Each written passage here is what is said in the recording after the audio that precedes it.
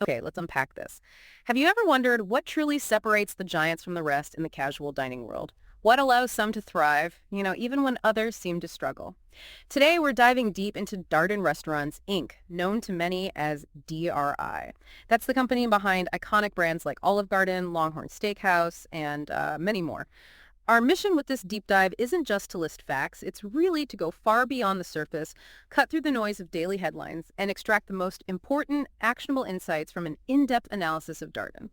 The goal is for you to walk away genuinely well-informed about this dominant force in American dining, understanding its unique strategies, its immense strengths, and precisely where it fits into the broader economic picture. What's truly fascinating here, beyond just the sheer size of Darden, is how a company of this scale manages to navigate the relentless shifts in consumer behavior and persistent economic pressures.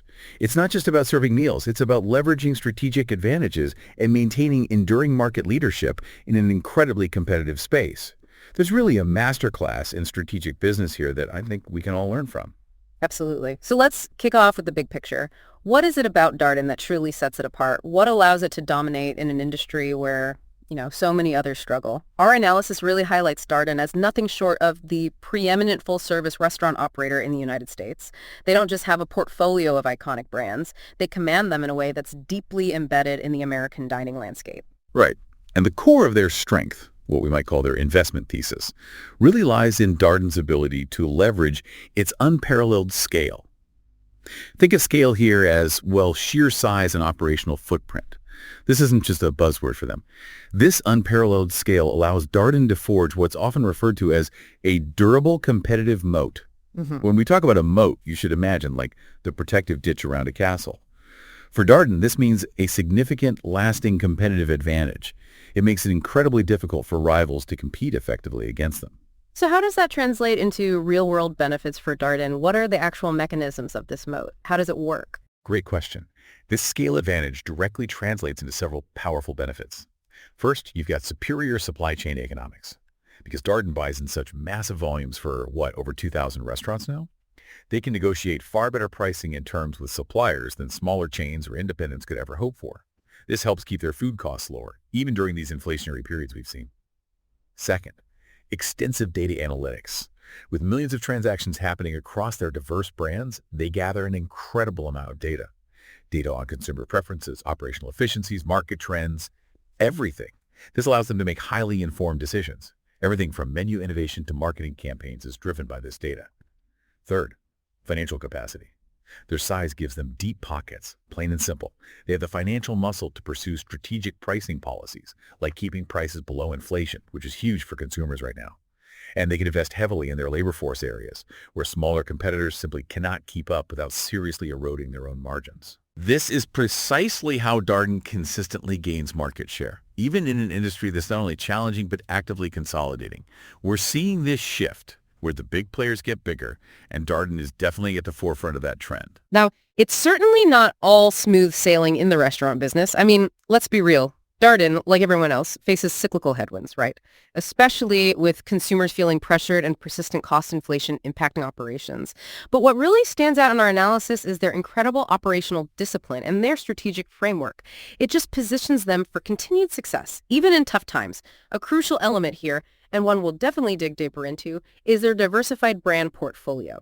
It provides this incredible buffer against segment-specific downturns. For instance, the consistent outperformance of Longhorn Steakhouse has actually been able to offset recent softness we've seen in their fine dining category. That's a big deal. And financially, Darden exhibits remarkable margin resilience, which is, a testament to their cost management prowess. They maintain a strategically leveraged balance sheet designed specifically to enhance shareholder returns. They do this through a disciplined and predictable capital allocation framework characterized by a growing dividend and substantial share repurchase programs. Precisely. And this isn't just theory. To really understand the strategic backbone, you have to look at their foundational principles. Darden's operating philosophy is rooted in what they call the back-to-basics approach. This isn't complex. It's about consistently delivering excellence in food, service, and atmosphere, day in, day out. And supporting this is a corporate strategy built upon what management explicitly identifies as their 4 competitive advantages. First, significant scale, which we've been discussing. That's number 1. Second, extensive data and insights, meaning they have a huge amount of information on consumer preferences and operational efficiencies that smaller players just don't have access to. Third, rigorous strategic planning, which ensures their moves are deliberate and really well thought out. And finally, a results-oriented culture, driving accountability and performance across the entire organization. Give you a concrete sense of this scale, as of the end of fiscal year 2024, which was May 26, 2024, Darden owned and operated 2,031 restaurants across North America. That's a massive footprint to manage effectively. That's an incredible number. And it's important for you to remember that it's not just one brand. It's an entire ecosystem of market leaders, each contributing in its own way. Darden's strength truly lies in this portfolio of differentiated brands, all strategically managed to appeal to a wide spectrum of consumer tastes, occasions, and importantly, income levels. The portfolio is broadly segmented into 4 reporting categories: Olive Garden, Longhorn Steakhouse, fine dining, and other business. Let's break those down and see how they contribute to the whole picture. First up, Olive Garden. This is truly the flagship brand, right? The largest and most successful chain of Italian-themed casual dining restaurants in the U.S. Its brand promise is built on Italian generosity and delivering strong value to families. That resonates. With 920 locations as of fiscal 2024, it's described as the financial engine of the company, a formidable cash flow generator and a pillar of stability. While its massive scale means unit growth is more modest these days, its consistent performance is absolutely key.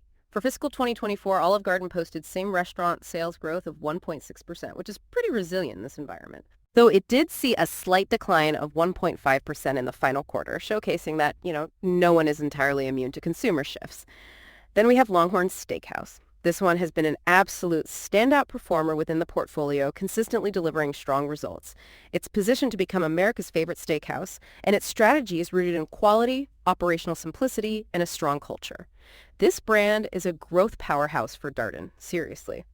In fiscal 2024, Longhorn achieved impressive same-restaurant sales growth of 4.7%, with 4.0% in the fourth quarter. That's powerful brand momentum, and it surpassed $3 billion in annual sales for the first time ever. It operated 575 locations at fiscal year-end. This is clearly where a lot of the company's momentum is coming from right now. Next, the fine dining segment. This caters to a more affluent consumer, focusing on special occasions and business dining. It includes the Capitol Grill, known for its comfortable elegance, and Eddie V's Prime Seafood, which is positioned as more of a glamorous, high-energy destination. This segment's scale dramatically increased with the acquisition of Ruth's Hospitality Group back in June 2023. That added 80 company-owned Ruth's Chris Steakhouse locations to the portfolio, a big move. However, this segment has recently experienced some headwinds. Same restaurant sales declined by 2.6% in the fourth quarter of fiscal 2024. That seems to reflect a pullback in spending among higher-income consumers.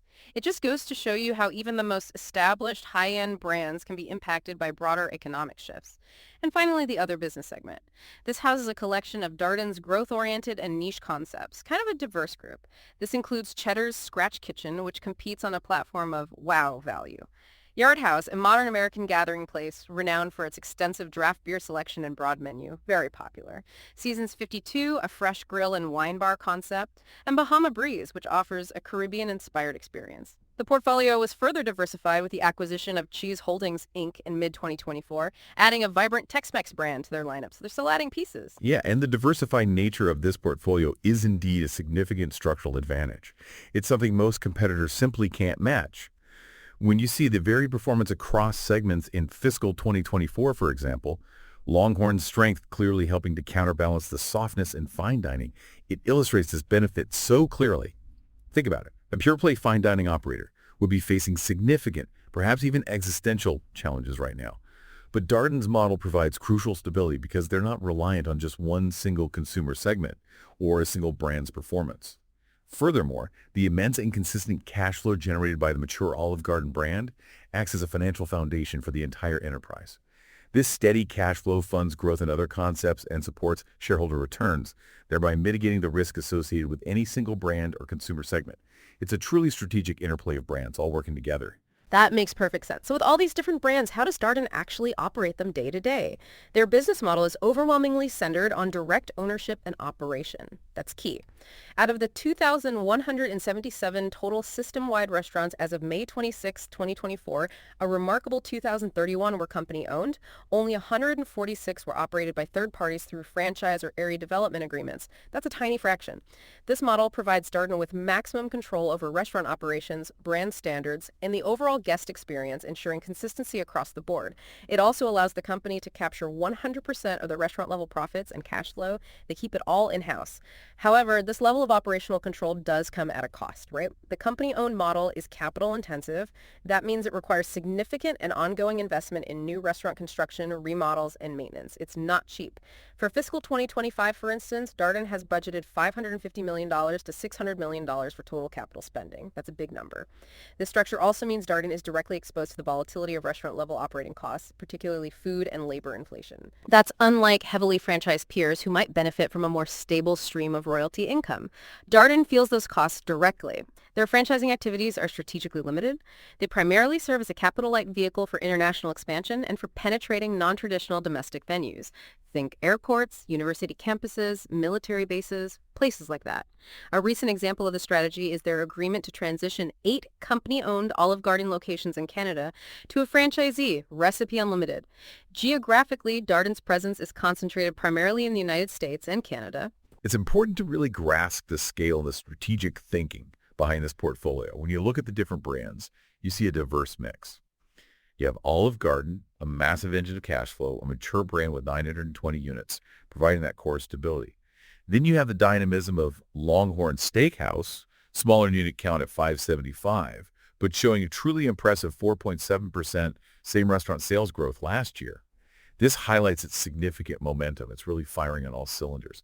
On the other hand, the fine dining segment, even with the addition of Ruth's Chris, saw a sales decline of 2.4% in its last reported quarter. This perfectly illustrates the power of Darden's diversification. Strength in one area can help balance out weakness in another, ensuring overall stability for the company. It's not just about the numbers themselves, but the story they tell about Darden's resilience and strategic structure. Right. The numbers tell a crucial story. With that clear picture of Darden's portfolio in mind, let's broaden our view to the wider casual dining industry. What are the major currents shaping this market right now? The restaurant industry as a whole is projected to achieve a staggering $1.5 trillion in sales in 2025. That reflects a continued and strong consumer desire to dine out. People still want to eat out. However, let's be clear, the landscape is challenging. After a period of robust recovery from the pandemic, sales and traffic actually slowed in 2024 for many operators. It's a tricky environment out there, isn't it? It certainly is. And a key dynamic shaping the entire industry right now is a surprising shift in consumer perception of value. What's truly fascinating here is that as prices at quick service restaurants, or QSRs, think your typical fast food chains, have risen sharply, the perceived value of casual dining has ironically reached a 5-year high. Conversely, the perceived value of fast food has hit a low. This is a potential game changer. It creates a significant opportunity for casual dining brands like Darden's that can effectively communicate a superior value proposition.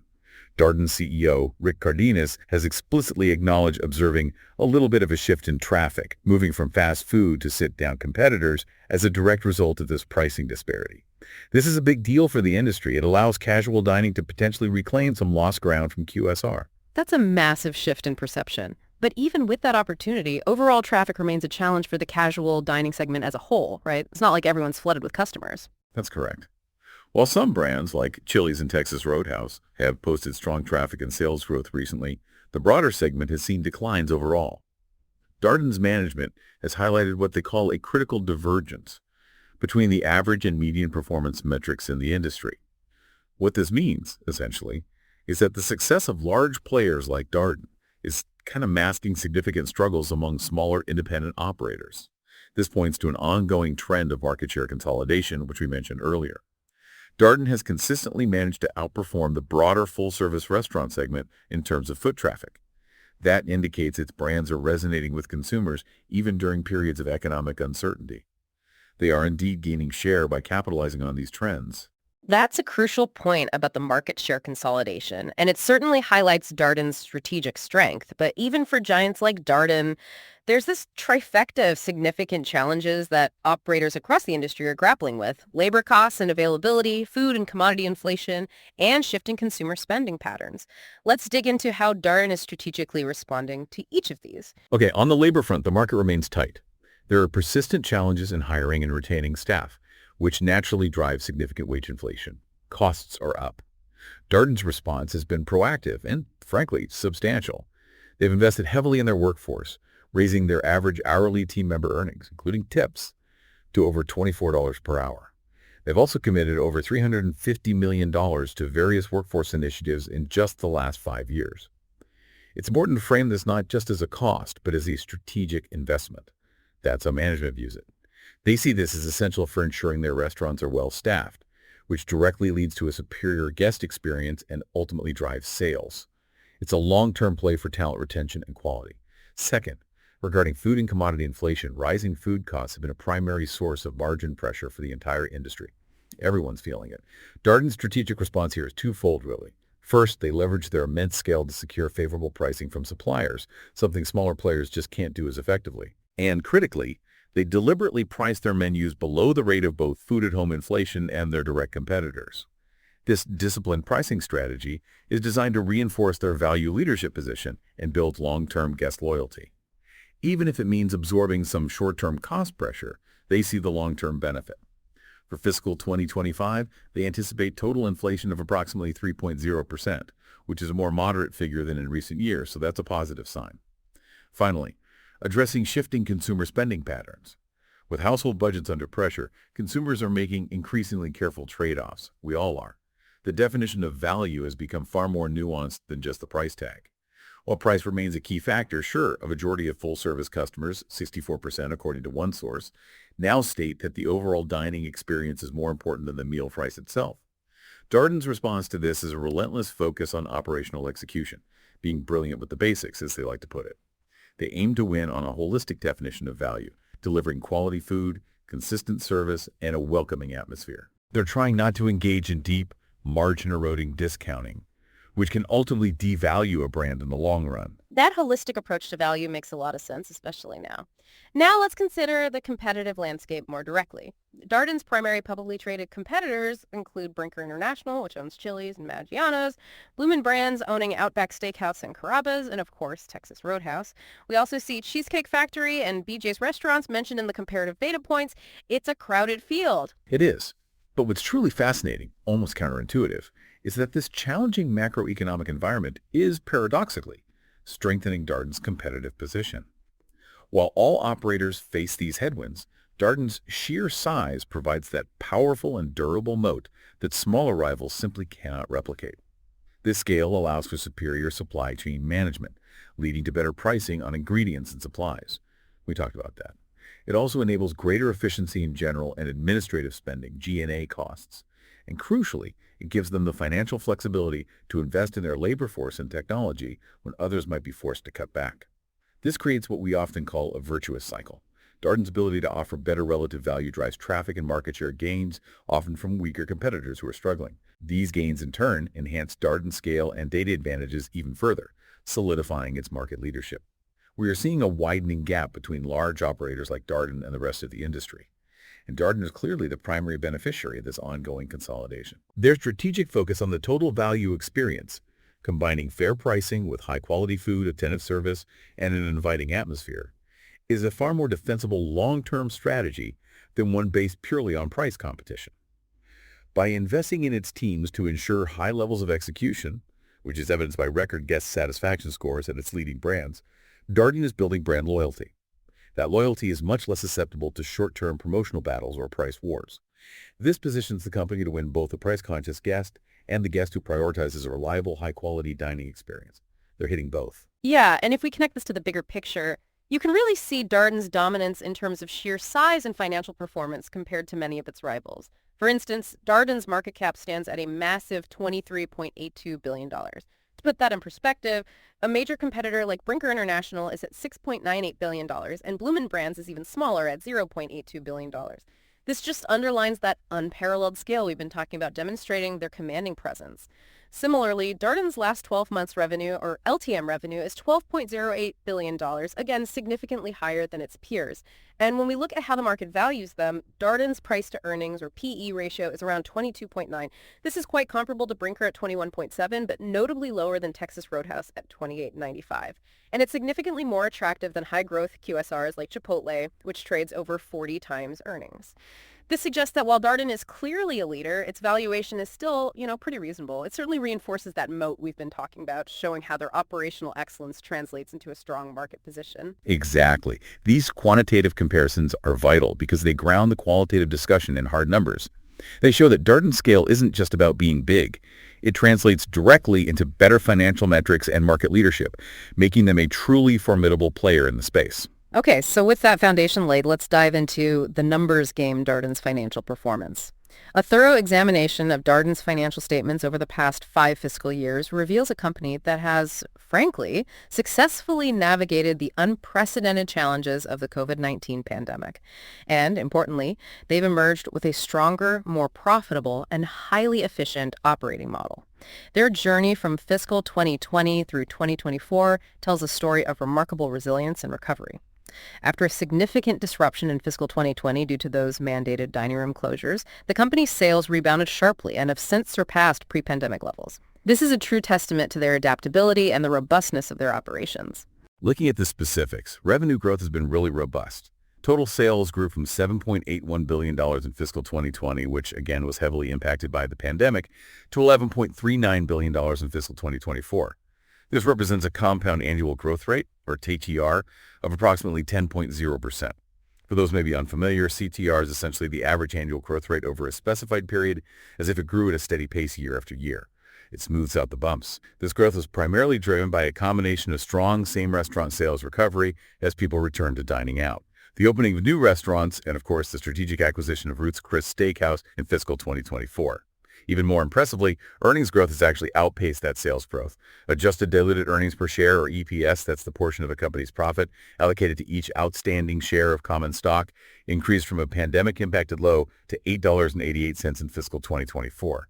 This is an 11.0% increase over the $8 reported in fiscal 2023. Solid growth. And looking ahead, the outlook for fiscal 2025 projects continued growth with an adjusted diluted EPS range of $9.40 to $9.60. This indicates that Darden is expected to continue driving bottom-line profit growth faster than its top-line sales growth. That's operational leverage. Perhaps most telling, though, is their margin performance. Despite significant inflationary pressures on both food and labor, Darden has demonstrated remarkable margin resilience, just incredible control. Their operating margin, which shows how much profit a company makes from its core operations before interest and taxes for the trailing 12 months, or TTM, stood at a healthy 11.7%. Even more telling is their EBITDA margin at 15.2%. EBITDA stands for earnings before interest, taxes, depreciation, and amortization. It's often thought of as a proxy for the raw cash a business generates from its core operations. Management noted that by fiscal 2022, the company's EBITDA margin was nearly 200 basis points higher than pre-COVID levels. A basis point is 1/100th of a percentage point, so 200 basis points means a full 2% improvement in margin. That's huge. This is a clear indication of enhanced operational efficiency and, critically, this ability to protect and even expand margins while strategically pricing below competitors. Well, that's the most compelling quantitative evidence of Darden's scale-based competitive advantage. It directly shows that their strategic framework translates into superior financial performance. That margin resilience is truly impressive. And when we talk about profitability and returns, Darden consistently showcases strong figures.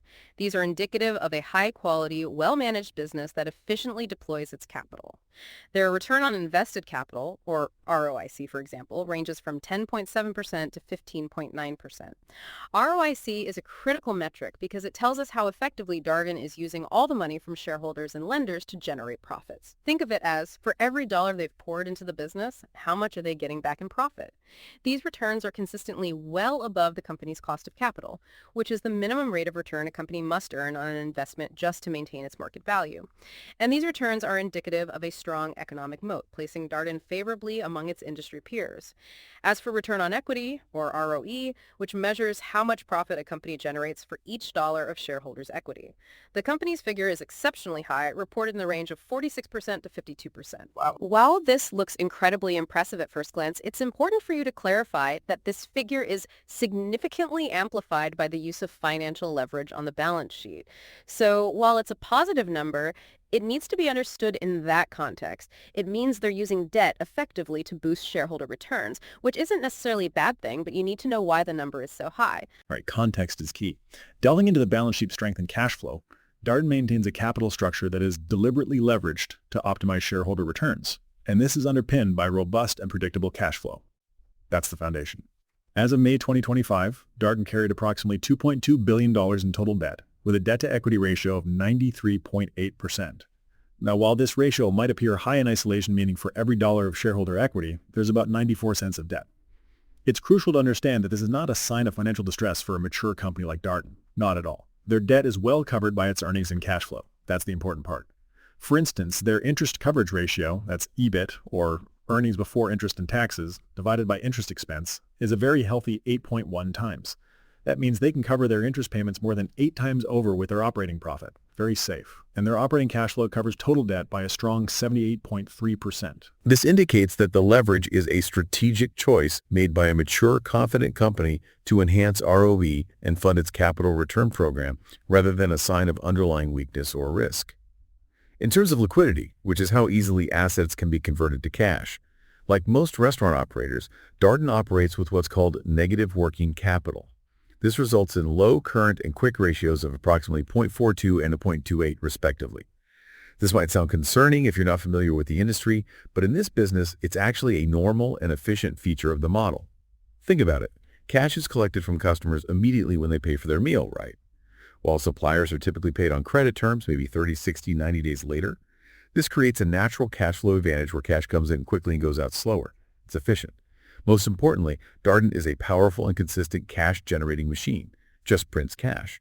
Their net cash from operations comfortably funds all capital expenditures, CapEx, the money spent on acquiring or maintaining physical assets, like new restaurants or remodels.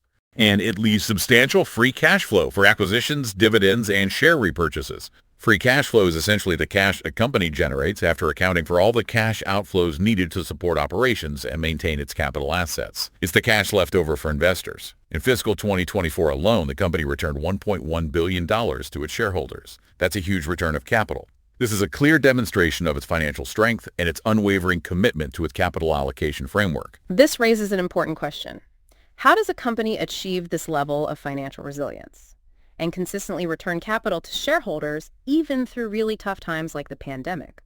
If you look at their financial history in the tables, the story is pretty compelling. For instance, total sales dipped in FY 2020, obviously due to the pandemic, but then rebounded sharply, showing consistent year-over-year growth to reach $11.39 billion in FY 2024. Similarly, operating income, which was tiny in FY 2020 due to lockdowns, soared to $1.33 billion in FY 2024. And operating margin percentages showed a strong recovery and stabilization around that 11-12% mark. This rebound tells you a lot about their operational discipline. It points to something deeper in their strategy, which I think we should explore next. It truly does. It's about how they manage every single aspect of the business, not just growth. It's about execution. Exactly. So with that incredible financial picture in mind, let's look at what's next and delve into Darden's growth strategy and the opportunities ahead. Darden pursues a steady and methodical approach to new restaurant development. They're not just throwing up stores everywhere. The company's long-term framework targets 2-3% annual sales growth just from new units. For fiscal 2025, Darden plans to open 45 to 50 new restaurants, which represents a unit growth rate of approximately 2.2% to 2.5%. This pace reflects a disciplined approach that prioritizes high-quality sites and strong returns over rapid, potentially dilutive expansion. They're not just opening stores, they're opening profitable stores that add real value from day one. Yeah, and a key element of this new unit strategy is the development of smaller, more efficient restaurant prototypes. This is pretty smart. For example, Yard House and Cheddar's have successfully launched new designs that are roughly 20% smaller and cost approximately 15% less to build than their legacy formats. These new designs, which are performing at or above expectations, preserve the core brand experience while significantly improving the economic model. Better returns. This innovation enhances the return on invested capital for new builds and potentially widens the universe of viable real estate sites, meaning they can open restaurants in more places, maybe smaller markets they couldn't before. This could support an acceleration in unit growth for these brands in the future. While the flagship Olive Garden brand is largely mature in its footprint, there is significant white space, likely remaining for continued expansion of Longhorn Steakhouse, Cheddar's, and Yard House. Plenty of room to grow those. Beyond just building new units, driving profitable sales growth at existing locations or same-store sales growth is a cornerstone of Darden's strategy. They're targeting 1.0% to 2.0% in fiscal 2025 for that. This is where the existing power of their brands really comes into play, making the current stores work harder. Exactly. To achieve this, Darden employs a multi-pronged approach. First, there's strategic pricing and value. We touched on this. Their core philosophy is to remain below the rate of food-at-home inflation and their full-service competitors. This creates a powerful and sustainable value proposition for guests. It makes them feel smart choosing Darden. Over the past 5 years, Olive Garden, for instance, has priced its menu more than 700 basis points below grocery inflation and 800 basis points below the industry average. That's a huge gap. This strategy builds trust and loyalty, encouraging repeat visits from price-conscious consumers because they feel they are consistently getting good value, not just, a fleeting discount. Second, menu innovation and marketing. Instead of relying on deep, traffic-driving discounts that can erode margins and brand equity over time, Darden focuses on food news and compelling offers to create excitement and urgency. Something new to talk about. A prime example is the successful return of Olive Garden's Buy One, Take One promotion in 2025. That was the first time in 5 years they brought it back. It drove impressive sales results and was apparently very operationally efficient for them. Similarly, Longhorn Steakhouse focuses on culinary quality, introducing new items like a popular lemon garlic chicken dish and an exclusive Patron Reposado margarita that has become its top-selling margarita. It's about giving customers something new and exciting to try, not just a cheaper meal. It elevates the brand. It's all about strategic moves, not just blanket discounts, which makes a lot of sense for long-term brand health. And speaking of strategy, Darden has made significant strides in leveraging digital transformation and off-premise dining. That's huge now. The company has invested in its digital storefronts to provide multiple ways for guests to order, and they're deploying mobile solutions to streamline check-in and payment processes, enhancing convenience, making it easier for the customer. The to-go business, in particular, is a major strength for the company, especially at Olive Garden. Olive Garden actually doubled its already robust off-premise sales during the pandemic. That's incredible growth. Now, this is where their strategy gets particularly nuanced and I think quite clever regarding delivery. Historically, Darden has been highly cautious about partnering with third-party delivery aggregators like DoorDash or Grubhub, mainly due to concerns over high commission fees, loss of control over the guest experience, and the inability to capture valuable customer data. They want to own that relationship. However, the company has recently evolved its strategy with a calculated low-risk pilot program. This partnership is with Uber Direct at select Olive Garden and Cheddar's locations. It allows Darden to utilize Uber's logistics network for the actual delivery fulfillment while still processing orders through its own digital channels. That's the key difference. This approach enables Darden to tap into the demand for delivery without ceding control of the customer relationship or paying those high marketplace listing fees. It's a very intelligent middle ground that prioritizes strategic control and profitability. That's a clever way to adapt without compromising core values like customer data and experience. And it leads us to another major growth lever, their acquisition strategy and portfolio optimization, M&A. Growth through strategic acquisitions is a core competency for Darden. They're good at this. They have a successful track record, having acquired and integrated brands like Rare Hospitality, which included the Capitol Grill and Longhorn Steakhouse back in 2007, Yard House in 2012, and Cheddar's in 2017. They know how to buy and integrate. More recently, Darden has re-engaged its M&A engine with two significant transactions. First, the acquisition of Ruth's Chris Steakhouse in June 2023 for approximately $715 million. This deal significantly bolstered Darden's fine dining segment, adding an iconic brand with a very loyal following. And second, the acquisition of Choose Holdings, Inc. in mid-2024 for approximately $605 million. This transaction adds a popular and differentiated Tex-Mex concept to the other business segment. It further diversifies Darden's portfolio and gives them a foothold in a vibrant new cuisine category. Yeah, and these recent acquisitions are more than simple tuck-in deals. They're bigger than that. They signal the strategy of building out distinct platforms within the Darden ecosystem. The primary objective here is to plug these acquired brands into Darden's powerful operating platform. leveraging its superior supply chain, its data analytics, and its general and administrative infrastructure G&A to extract significant synergies. Synergies basically means the combined value and performance of the two companies is greater than the sum of their individual parts operating alone. For N+1 3, sort of. This process aims to improve their long-term performance under Darden's ownership. The successful integration of these brands, particularly the transition of their supply chain and point-of-sale systems, will be a critical focus for management, and it'll be a key driver of future value creation. How well they integrate these is crucial. This really positions Darden as a logical consolidator in a fragmented industry, and it suggests that further strategic M&A could very well be a component of its long-term growth algorithm. They're actively shaping the competitive landscape through these moves. That brings us neatly to how Darden manages its money for shareholders. Let's talk about investing wisely, starting with their capital allocation framework. It's described as a model of discipline and shareholder focus. That's high praise, designed to balance reinvestment in the business with substantial and predictable returns of capital to shareholders. Management's stated philosophy is to deliver a total shareholder return, or TSR, of 10% to 15% annually over the long term. Remember, TSR is the total return an investor receives from a stock over time, including both stock price appreciation and dividends. This 10-15% goal is achieved through a combination of 7-10% EPS growth and a consistent dividend yield. And it's important to note, they have a strong track record of achieving this goal. They delivered an annualized TSR of 11.7% over the past 5 years and 14.2% in fiscal 2024 alone. They're hitting their targets. Right. Their capital allocation priorities are very clear and consistent. First, maintain a strong investment-grade balance sheet. That's foundational. Second, invest in the existing business and new restaurants to drive profitable organic growth. Keep the core strong and growing. And third, return any excess cash to shareholders through dividends and share repurchases. Give back what's left over. A growing dividend is a cornerstone of Darden's capital return program. It's central to their appeal for many investors. They have a history of consistent dividend increases, excluding that brief prudent suspension right at the height of the COVID-19 pandemic uncertainty. Most recently, in June 2024, the board approved a 6.9% increase in the quarterly dividend to $1.40 per share. That provides a forward dividend yield of approximately 2.95% based on the recent stock price. The dividend is well supported by earnings and cash flow. That's key for sustainability. While the current payout ratio of approximately 63%, meaning 63% of their earnings go to dividends, is slightly above the company's long-term target range of 50-60%. It remains sustainable given the company's strong cash generation. They can afford it. Share repurchase programs are used opportunistically to return additional capital and reduce the share count, thereby boosting EPS. Basic math, fewer shares means higher earnings per share.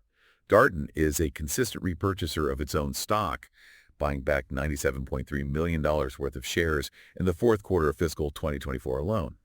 Underscoring its commitment, the board authorized a new $1 billion share repurchase program in June 2024. That followed a similar $1 billion authorization just back in March 2024. They're serious at buybacks. These large recurring authorizations signal the board's confidence in the company's future cash flows and its view that the stock represents an attractive investment. It's a clear signal that management believes in the company's value and future prospects. In terms of capital expenditures, CapEx, and debt management, Darden's CapEx is directed primarily toward building new restaurants and remodeling existing ones, keeping things fresh. The fiscal 2025 CapEx budget of $550 million to $600 million reflects the capital-intensive nature of its company-owned model.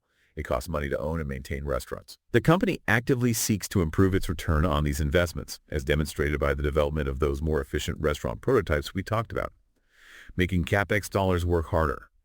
Darden uses debt strategically to maintain an efficient capital structure and enhance shareholder returns. And its strong cash flows and investment-grade profile ensure that its leverage remains manageable. They're not over-levered. It's important, though, to acknowledge that the recent M&A activity, with a combined outlay of over $1.3 billion for Ruth's Chris and Shoes, represents a significant, albeit temporary, shift in capital priorities. These transactions definitely test the company's capital discipline. It's a big chunk of change. The onus is now squarely on management to integrate these new brands seamlessly and generate returns on that invested capital that exceed what could have been achieved by simply dedicating those funds to additional share repurchases. The market will be closely scrutinizing the performance of the fine dining and other business segments in the coming years to validate the strategic rationale behind this significant deployment of shareholder capital. They need to prove these deals were worth it. This disciplined approach to capital allocation is certainly a hallmark of a high-quality, mature company. But how does the market actually value this business? Let's talk valuation. Assessing Darden's valuation requires a multifaceted approach. You have to look at it from different angles, considering its current trading multiples relative to historical ranges and its peer group, as well as the intrinsic value of its brand portfolio. Our analysis suggests that while DRI is not trading at a deep discount, its valuation is reasonable given its best-in-class operational performance and consistent shareholder returns. Let's break down the valuation analysis a bit more. As of early August 2025, Darden trades at a price-to-earnings PE ratio of approximately 22.9x and an enterprise value to EBITDA multiple of approximately 15.4x. PE is a widely used metric that tells you how much investors are willing to pay for each dollar of a company's earnings. A PE of around 23 for Darden means investors are willing to pay about 23 times its annual earnings per share. This is generally considered a pretty reasonable valuation for a stable, market-leading company in the space. EBITDA is another common valuation multiple that essentially tells you the total value of the company market cap plus debt minus cash relative to its raw operational cash flow, EBITDA.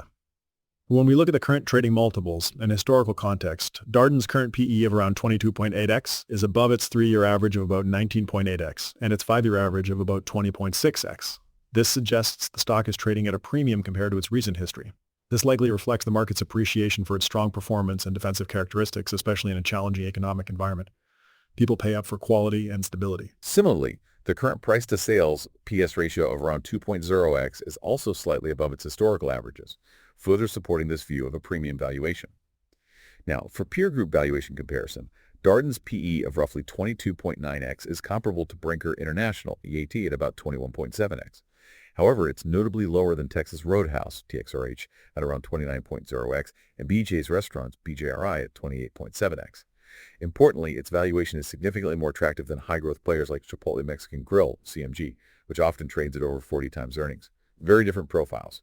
Darden's EV/EBITDA multiple of around 15.4x also reflects a premium for quality and scale compared to some peers, but it's not excessively high given its market leadership and consistent performance. This raises an important question. If you look beyond the headline numbers, maybe dig a bit deeper and consider Darden as a collection of powerful brands, could there be hidden value in a company like this, something the market isn't fully appreciating? That's a great thought, and it leads into the idea of a sum of the parts, SOTP, an asset-based valuation approach. This can be very insightful for a company like Darden. SOTP is a valuation method where you value each of a company's business units or brands separately, as if they were standalone companies, and then add them all together to arrive at a total value for the parent company. Darden is effectively a portfolio of distinct restaurant assets, right? Each with its own growth profile and profitability. Assigning individual valuation multiples to each brand or segment, for example, maybe a higher multiple for the fast-growing Longhorn Steakhouse and a more modest cash flow-based multiple for the mature Olive Garden, could potentially reveal hidden value. Given the significant and consistent outperformance of Longhorn, it is plausible that the market is undervaluing this specific asset within the broader Darden portfolio. An SOTP valuation could demonstrate that the collective market value of the individual brands, if they were to trade separately, is actually greater than Darden's current enterprise value.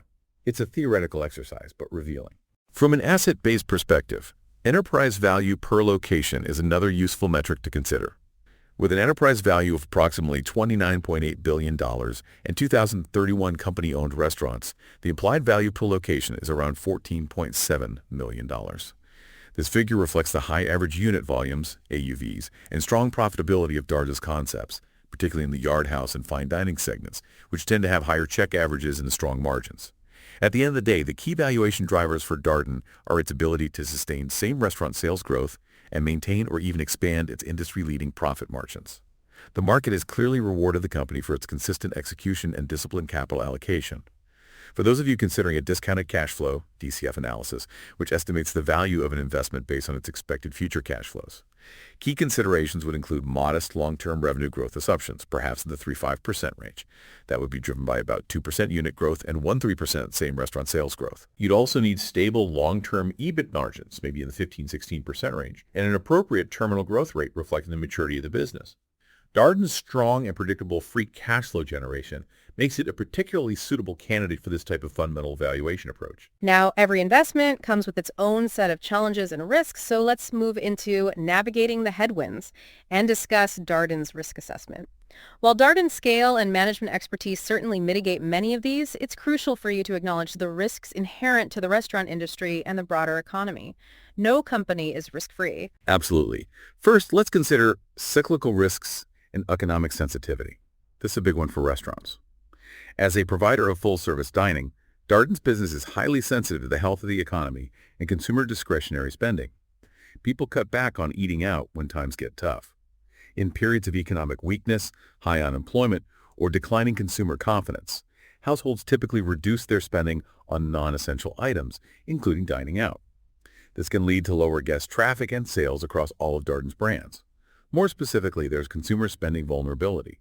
Darden's performance is directly tied to consumers' willingness and ability to spend. Factors such as rising interest rates, high gasoline prices, and general inflation can squeeze household budgets. This makes a meal at a casual dining restaurant feel more like a luxury purchase for some consumers, rather than a regular occurrence. The recent softness we observed in their fine dining segment, for example, indicates that even higher-income consumers are not entirely immune to these economic pressures. They pull back too. Then we have operational risks. These are risks inherent in running the actual restaurants. Food safety and supply chain are constant threats. A significant food safety incident at any Darden brand could severely damage its reputation and lead to a sharp decline in sales. It's a nightmare scenario. Additionally, disruptions in the supply chain for key commodities like beef, poultry, and seafood could lead to shortages or unexpected cost increases. They need reliable supply. Labor relations and staffing is another huge one. The inability to attract and retain qualified team members, particularly in a tight labor market, could compromise service quality and the guest experience. You need good people. While Darden has invested heavily in its workforce, labor relations and the potential for unionization remain ongoing risks for any large employer, and of course, inflation sensitivity. The company's profitability is sensitive to inflation in its key cost inputs, primarily food and labor. While Darden has successfully managed these pressures remarkably well to date, a sustained period of high inflation could eventually erode margins if the company is unable to offset costs through efficiencies or price increases without harming traffic. It's a constant balancing act.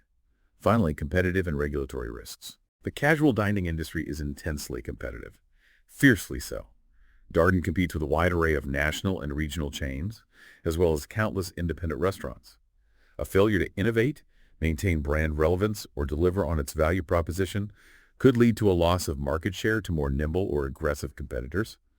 The recent strong performance of competitors like Chili's, owned by Brinker International, highlights this risk. It shows that even Darden can't rest on its laurels. Others can gain momentum. And the restaurant industry is subject to extensive government regulation at federal, state, and local levels. This covers everything from food safety and nutritional labeling to labor and employment laws and environmental standards. Changes in these regulations could increase compliance costs and adversely affect operations. Lots of rules to follow. Those are indeed significant considerations for any large operator in this space. You have to keep all those balls in the air. But ultimately, the quality of a company's leadership and the soundness of its governance practices are often critical determinants of long-term success. How is Darden run? Darden Restaurants seems to benefit from an experienced and tenured leadership team with a proven track record of strategic execution and disciplined capital allocation. That's absolutely true, and it's arguably a huge part of their competitive advantage. Let's look at their leadership team and strategic vision.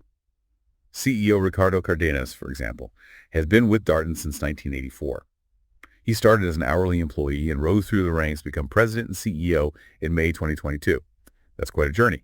He previously served as COO and CFO, which gives him a deep and holistic understanding of the company's operations and finances. He knows the business inside out. His long tenure ensures continuity of the company's successful strategy, stability at the top. Beyond him, the experienced brand leadership is crucial. The presidents of the major brands, such as Daniel J. Kernan at Olive Garden and Tanya Burrows at Longhorn Steakhouse, are also long-serving executives with deep brand-specific expertise.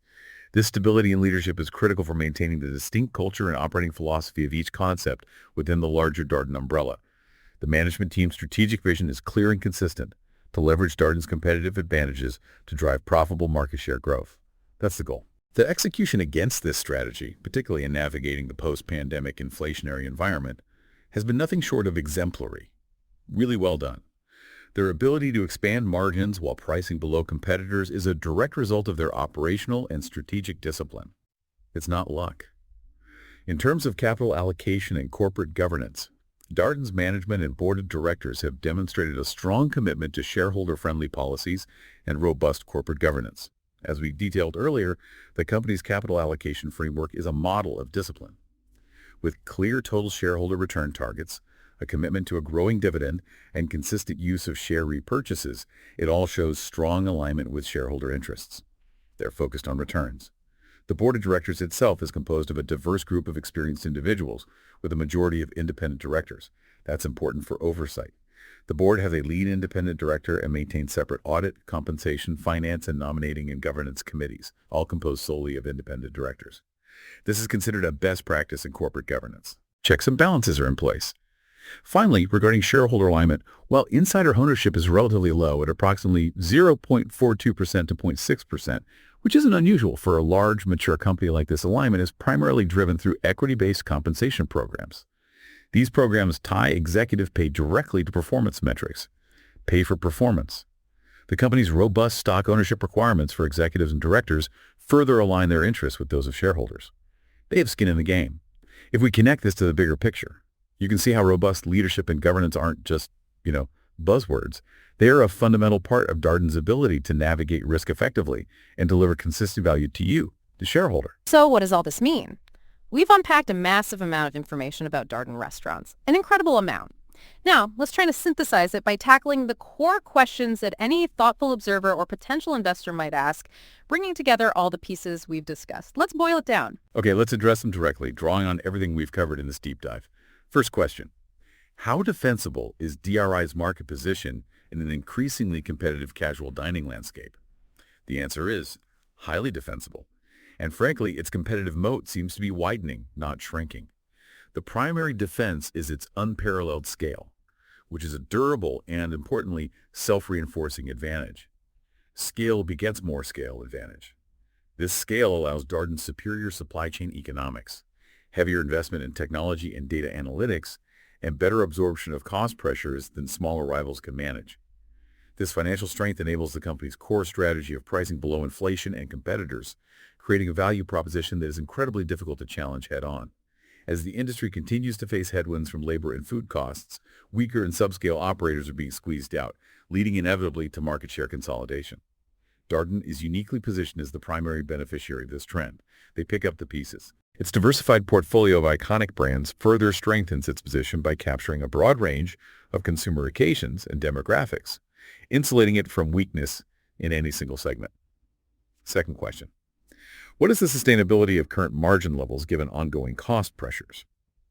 We'd say the sustainability of Darden's margins is high, despite those ongoing cost pressures. The company's performance through the recent period of intense inflation provides strong evidence of this resilience. By leveraging its purchasing power and implementing operational efficiencies relentlessly, it has successfully managed costs.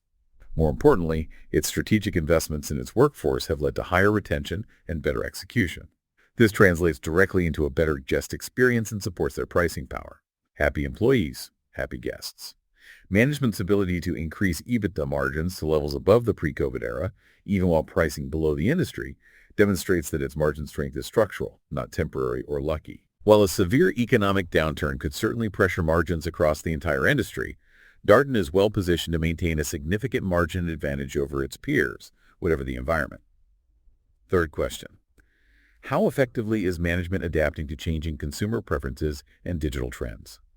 Our assessment is effectively and pragmatically. They're not chasing every shiny object, but they are adapting smartly. They have fully embraced the sustained demand for off-premise dining by strengthening their to-go operations, which remain a core competency, especially for Olive Garden. Their approach to third-party delivery, as we discussed, has been particularly astute. Instead of rushing onto those high-commission marketplaces that erode margins and brand control, they've opted for that calculated pilot with Uber Direct. This strategy allows them to meet the consumer demand for delivery convenience while crucially maintaining control over the customer relationship, the data, and the economics. Furthermore, the recent acquisitions of Ruth's Chris and Choose demonstrate an adaptation of their portfolio strategy. They're moving to capture new market segments like premium steakhouse and cuisine categories like Tex-Mex to ensure the overall portfolio remains relevant to evolving consumer tastes. They're not standing still. Fourth question. What is the optimal store count for each brand and how much growth runway remains? Well, the growth runway varies significantly by brand. It's not one size fits all. Olive Garden, with over 900 locations, is clearly a mature concept. It has limited white space for new unit growth in North America. Its future value will be driven primarily by same-store sales growth and its massive cash flow generation. It's the cash cow. The primary growth vehicles for new units are Longhorn Steakhouse, Cheddar Scratch Kitchen, and Yard House. These brands have smaller footprints currently and strong consumer appeal, suggesting a multi-year runway for expansion still ahead. The development of those smaller, more cost-effective prototypes for Cheddars and Yard House enhances the economics of new builds and could potentially accelerate their growth trajectory. And the newly acquired Cheese brand also presents a significant opportunity for geographic expansion under Darden's operational umbrella. Lots of potential there. Overall, the company's target of opening 45-50 new restaurants per year seems both achievable and prudent. It balances growth with disciplined capital deployment. And the fifth question. How should investors think about the long-term secular trends affecting casual dining? Investors should probably view the long-term secular trends as a net positive for Darden, believe it or not. The primary trend is industry consolidation. The casual dining landscape is highly fragmented, and the economic pressures of the last few years are accelerating the demise of weaker independent and small chain operators. It's tough out there for the little guys. As the largest and best capitalized player, Darden is uniquely positioned to capture this displaced market share. The second key trend is the bifurcation of value, where consumers are increasingly seeking either low-cost convenience from QSR or a high-quality experience from casual and fine dining. The middle ground is tough. As QSR prices continue to rise, the value proposition of a full-service experience at a Darden brand actually becomes more compelling relative to fast food. Darden's strategy of focusing on the holistic experience, food, service, and atmosphere, at a fair price, is perfectly aligned with this trend. While the rise of off-premise dining is a permanent shift, Darden has proven its ability to compete effectively in this channel. And its strategic entry into delivery will further solidify its position. In essence, the prevailing secular forces, consolidation, focus on experience, off-premise play directly to Darden's greatest strengths: scale, operational excellence, and brand equity. What an incredible deep dive. Seriously, that covers so much ground. You should now have a truly comprehensive understanding of Darden Restaurants, from their iconic brands and operational excellence to their impressive financial discipline and strategic moves. It's a compelling story of scale, resilience, and shrewd adaptation in a truly dynamic industry. For you, the takeaway here is clear. Understanding how a company leverages seemingly simple advantages like sheer size, extensive data, and a relentless focus on core operations. How that can create a formidable and lasting competitive edge even in an environment full of challenges. It's not always about the flashy new trend. Sometimes it's about being brilliant with the basics consistently at an unparalleled scale.